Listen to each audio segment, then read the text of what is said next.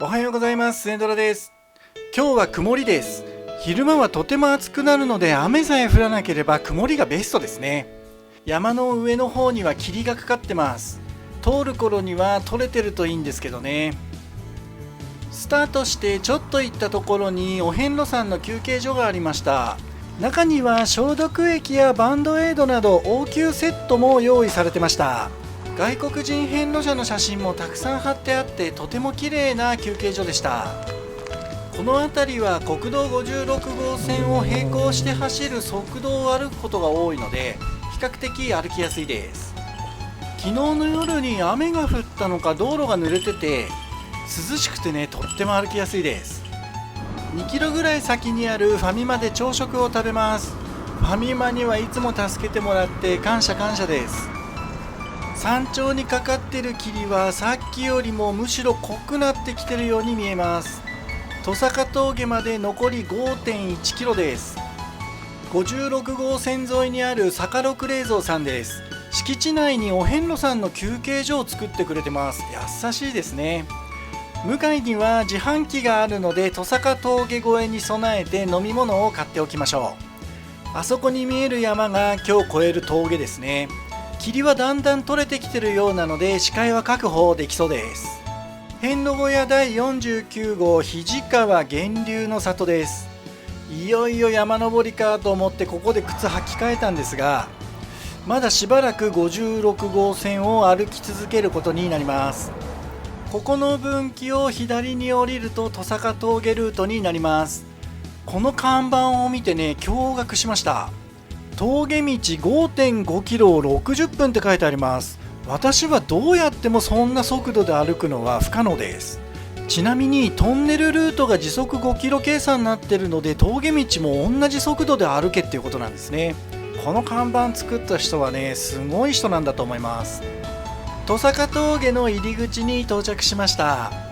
ここから細い道を上がって峠に入るんですが、ここにね、休憩所があったんですよ。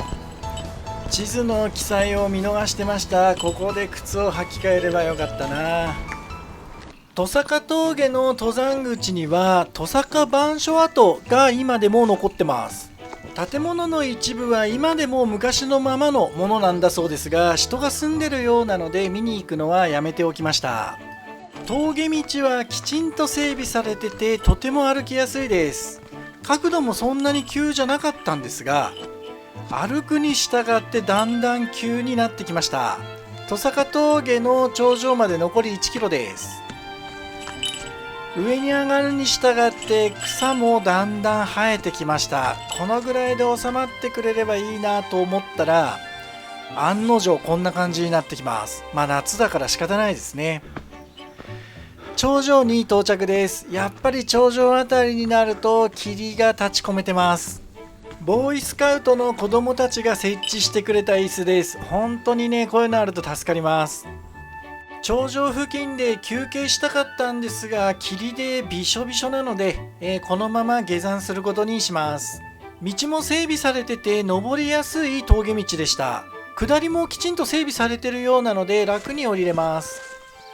景色も綺麗なんですが、若干霞がかかったような感じですね。日天社に到着です。世の中で一番尊いのは昼はお日様、夜はお月様との考えから日天月天様と呼ばれてるんだそうです。ご神体はこの山で切り出された半円形の石で、ここの奥にある石で囲われた小さな社に日天月天様が祀られてるんだそうです。土坂トンネルバス停まで残り500メートルです。案外近いですね。土坂トンネルバス停残り100メートル左って書いてあるんですけど、これ左に行く道がね、もうこれちょっとね、道じゃないですね。降りれません。なのでまっすぐ行きます。木漏れ日がとっても気持ちいいです。ご無事が一番。一歩歩けば一歩近づく。いい言葉です。無理をしないで、でも頑張って。これもいい言葉ですね。この言葉を思いついた時はきっと震えが止まんなかったでしょうね。なんてことを考えながら歩いてたら、だいぶ下界に近づいてきました。番外令嬢札掛寺です。現在は住職がいないので、荒廃しています。山門に吊られていた釣り鐘は、盗難されてしまったみたいですね。中は草がぼうぼうに生えてて荒れまくってます。いや、痛々しい姿ですね。やっと下界に降りてこれました。道迷いもしたりしながら、国道56号線でひたすら大津を目指します。ここはもう歩道が狭くてね、結構怖かったです。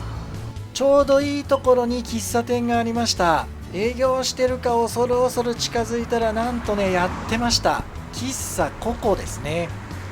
今日はここでランチを食べようと思います。喫茶店のランチって言ったら懐かしのナポリタンと、カレーライスですよね。サラダもね、もう喫茶店のサラダっていう感じで美味しかったです。満腹になったところで、再び歩き出します。しばらく56号を歩いたら側道にそれます。この先は大津の古き良き日本の街並みを通るルートになります。お花半通りっていうところですね。大津神社は昔東京ラブストーリーで出てきた神社ですね。この辺りは東京ラブストーリーのロケ地になってたみたいです。古民家を再生したんでしょうか。日本ニアホテル。海外の人とかが気になりそうな宿ですね。私も一度泊まってみたいです。東京ラブストーリーの最終回で鈴木保奈美が別れの手紙を投函したポストです。このドラマは私が大学生の頃ですごくハマった記憶があります。懐かしいですね。肱川橋を渡れば伊予大津駅まではもう少しです。向こうの方には大津城が小さく見えます。今日なんですけど、当初は別格8番豊ヶ橋を参拝して内子駅まで行く予定だったんですが、あまりの暑さにバテちゃってね、残念ながら伊予大津駅で終わりにすることにしました。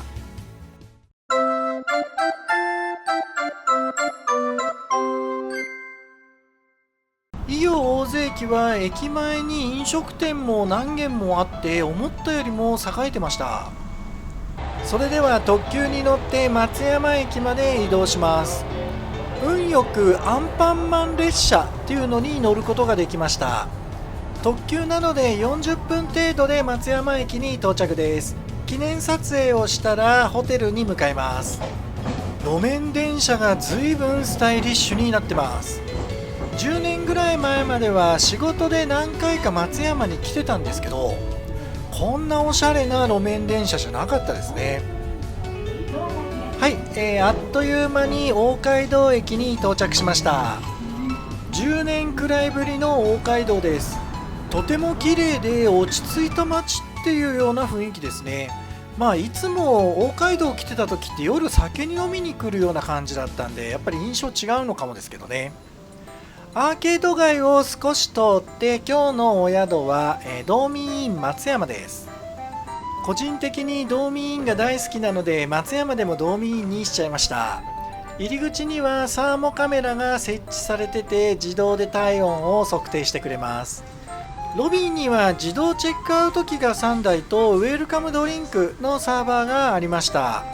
自動販売機や、喫煙室もこの奥にあります。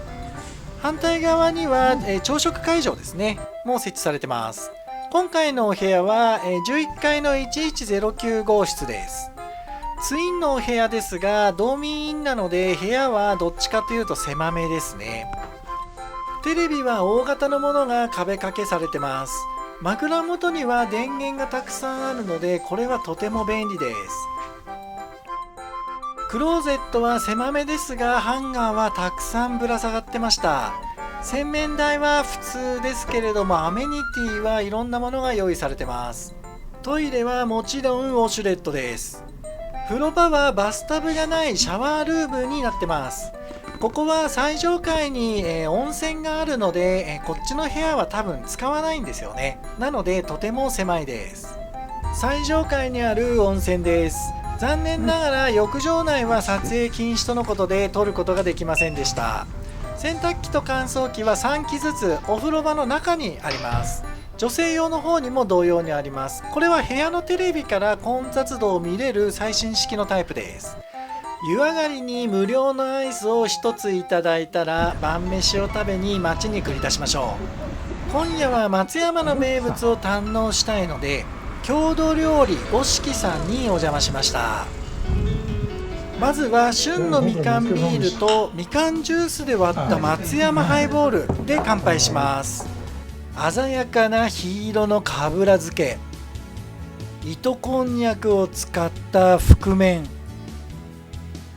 みかんご飯をベースにしたみかんいなり、同じくみかんご飯を使った伊予のみかん寿司、どれもね本当に美味しかったです。千残儀は普通の残儀とどう違うのかよく分かりませんでしたが、締めは松山の鯛めしですね。これもね絶品でした。有意義な反省会が終わったらアーケード街をプラッと一周してホテルに戻ります。途中でジュースバーのまのまさん、ここでフレッシュジュースを作ってもらったんですが、手際の良さがねもう驚愕レベルでした。ホテルに戻ったらお酒1杯無料サービスをやってました。缶ビール缶チューハイとか、あと生ビールですね、ありました。生ビールはここで飲んでかないとダメみたいです。おはようございます。今日は昼過ぎの飛行機なので、午前中は松山城を観光しようと思います。実は松山何回も来てるんですけど、松山城に行ったことがないので、初の松山城になります。松山城も宇和島城と同じように現存12天守だそうで、かつ日本百名城にも入ってるんだそうです。秀吉の子飼いだった加藤義明の築城なんですね。高さがあって立派な石垣です。重厚感のある立派な門をくぐっていきます。大天守が見えてきました。松山城は連立式天守っていうタイプのお城で、姫路城と同じらしいんですよね。天守防衛の究極の姿であると言われてるんだそうです。